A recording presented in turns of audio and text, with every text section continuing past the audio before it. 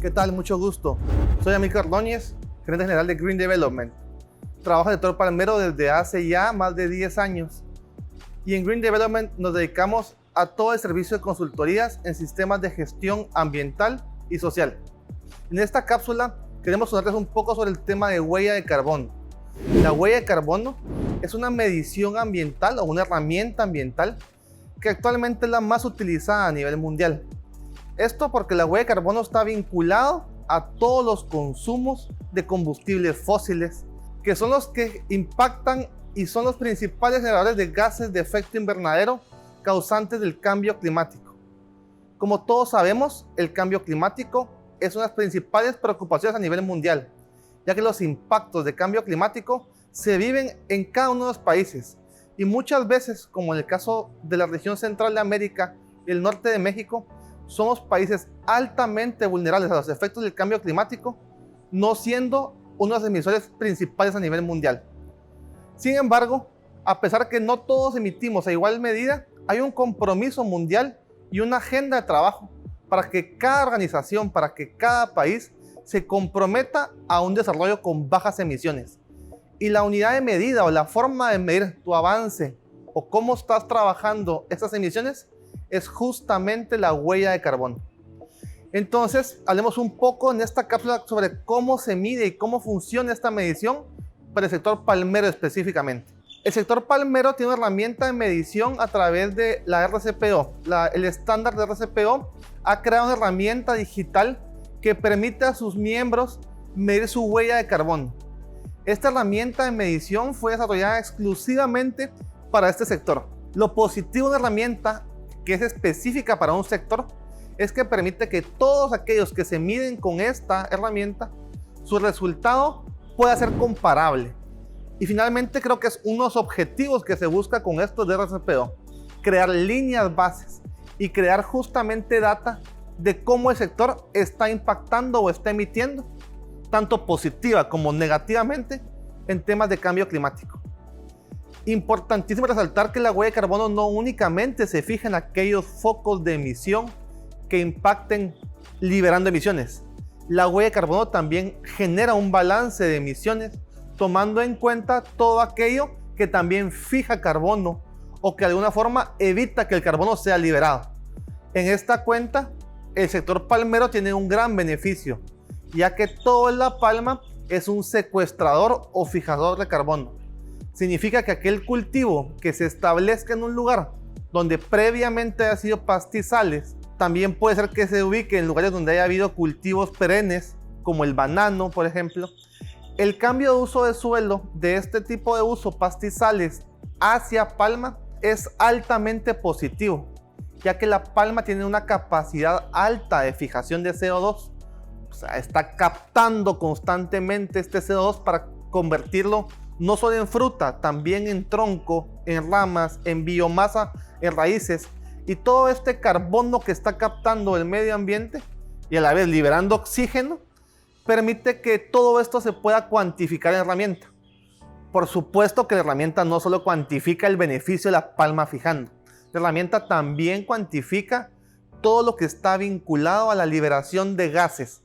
Por ejemplo, en el caso del sector agrícola, la aplicación de fertilizantes.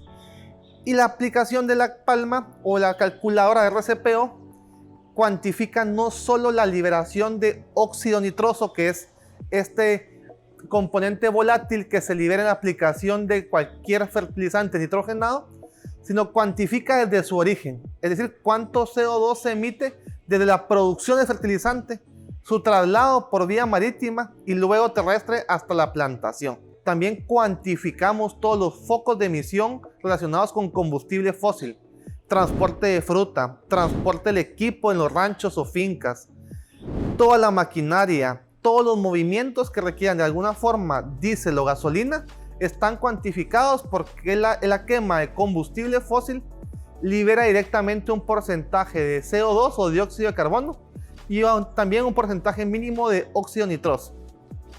Estos focos van siendo los principales elementos que se van calculando dentro de la herramienta de RCPO. En la parte agrícola, sin duda, ahí abarca la principal cantidad de CO2 liberada, ¿Qué otros focos tenemos o qué otros puntos encontramos dentro de la planta industrial? El consumo nuevamente de combustibles fósiles. Muchas veces para el arranque de calderas se necesita un diésel. Existen todos vehículos de transporte, tractores, maquinaria que no es movilizada por energía eléctrica, que típicamente se mueve a partir de combustible fósil. Todo eso también debe cuantificarse y es un foco de emisión. Y sin duda el principal foco de emisión en todo el sector palmero es el manejo de sus aguas residuales. En inglés lo conocemos como POME. Este agua residual, primero lo más importante es el volumen exacto del agua residual que se está generando. ¿Cuántas toneladas, cuántos metros cúbicos de agua se están liberando, están siendo descargados por el procesamiento de esta palma para producción de aceite crudo de palma? Esta agua residual es un agua muy rica en nutrientes, con mucha carga orgánica, con pHs ácidos o tendiendo a ácidos, que requiere un tratamiento pues típicamente lagunar, biodigestores o su aprovechamiento en compostaje. Entonces quisiera contarles un poco cómo cambia el tipo de tratamiento en función de gases de efecto invernadero. La mayor emisión de las aguas residuales se da cuando son tratadas en lagunas o biodigestores anaeróbicos que no captan el metano.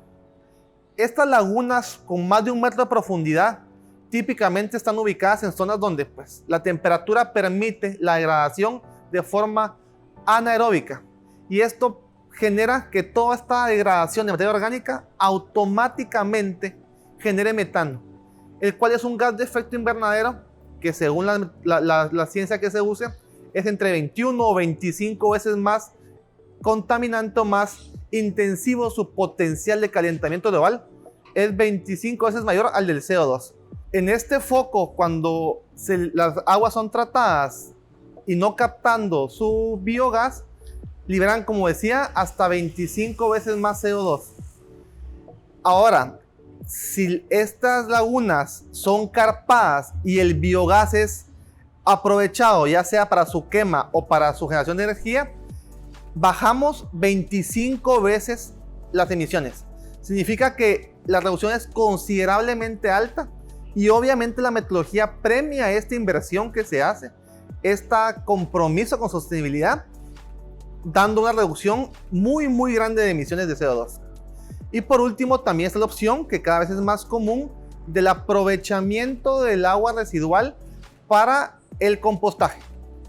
Esta reducción se puede aplicar solo si el agua se usa de forma cruda, o sea, no pasando previamente por ninguna laguna metanogénica o una laguna anaeróbica, ya que si pasa por la laguna anaeróbica previo a su utilización, pues simplemente ya el metano fue liberado.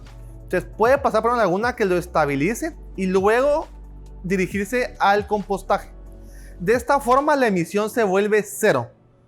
¿Por qué? Porque el agua el agua residual está usando reutilizada en un sistema aeróbico, porque el compostaje está en constante movimiento, y de esta forma no se está degradando, se está incorporando a la fibra para que luego sea esta aplicada en campo. Este gran balance o esta gran suma de focos de emisión, fertilizante, combustibles, aguas residuales, energía, todo esto va sumando, y los resultados típicos en palma es que el balance de huella de carbono sea negativo. Y aquí la connotación negativa es diferente, o sea, el ser negativo significa que la fijación de la palma, sumado probablemente a aquellas zonas de conservación que tenga la empresa, es mucho mayor que todo lo que puede liberarse por focos de emisión como combustible.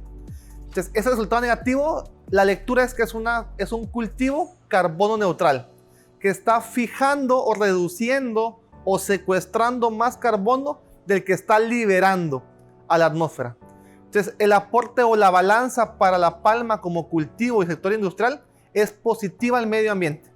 Sin embargo, esto no exime a la responsabilidad de crear una estrategia para, uno, mantenerse como una empresa carbono neutral, y dos, identificar estos focos de emisión para que se trabajen y puedan ser constantemente reducidos o asegurar que no aumenten, buscando la eficiencia siempre en la medida unitaria. ¿Cuánto es su cantidad de CO2 por cada kilogramo de aceite o tonelada de aceite procesado. Ese es el KPI que hay que buscar. ¿Cuánto CO2 libero por cada tonelada de CPKO o de CPO que produzco? Y eso me permitirá ir mapeando mi eficiencia en el proceso. Espero que toda esta información y datos de huella de carbono de esta cápsula les sean funcionales. Yo soy Amílcar Ordóñez, gerente general de Green Development, y espero poder apoyando en siguientes cápsulas. Estas capacitaciones y desarrollos ayudan a aumentar las prácticas sostenibles de la palma de aceite y pueden tener un impacto positivo en los medios de vida.